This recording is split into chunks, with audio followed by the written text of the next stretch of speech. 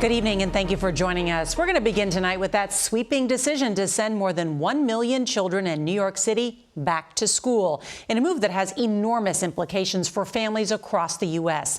Tonight, the country's largest public education system says it will end the distance learning options it started during the pandemic, forcing students and teachers back into classrooms this fall. School systems nationwide are expected to follow New York's lead in the hope that getting children back to class will help get parents back to work. That announcement comes as the U.S. is bouncing back from the virus, with new infections now averaging less than $25,000 a day. That's actually the lowest in nearly a year. Well, tonight, nearly 59% of Americans 12 and older have now gotten at least one dose of a vaccine. Plus, we've got more on that CDC investigation into a small group of teens who got the vaccine and later suffered mild heart inflammation. What doctors are still encouraging children, though, still to get their shots. CBS's Mola Lenghi is going to lead off our coverage tonight from New York City. Good evening, Mola. Well, good evening, Nora. Students will be back in the classroom at public schools like this one beginning in September. New York is one of the first major cities in the country to end remote learning. Right now, more than 60% of the city's public school students are learning online.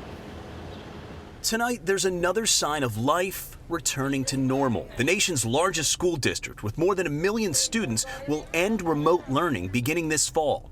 Every single child will be back in the classroom. As districts nationwide return to in-person learning, more parents can get back to work, helping the economy recover.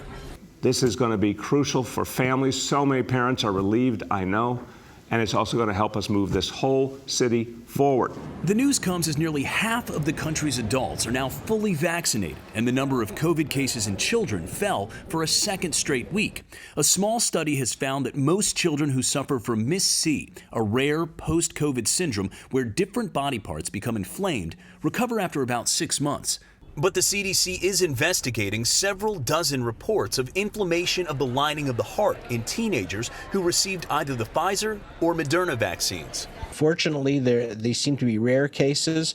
Right now, we do not know if it's related to the vaccine. It's potentially possible. Is it something parents should be concerned about? Well, I mean, something that needs to be followed. I would still move ahead with vaccinating. And tonight, vaccine clinical trials continue for children under 12. Andel, 3, and 8-month-old Soren Good were given 1/10 of an adult dose. Yeah, we'll take the vaccine any day over the potential downsides of COVID. As new vaccination records are set, so are new travel records. With Memorial Day just a week away, planes are nearly 90% full again, Nora. Wow, Mola Lenghi, thank you.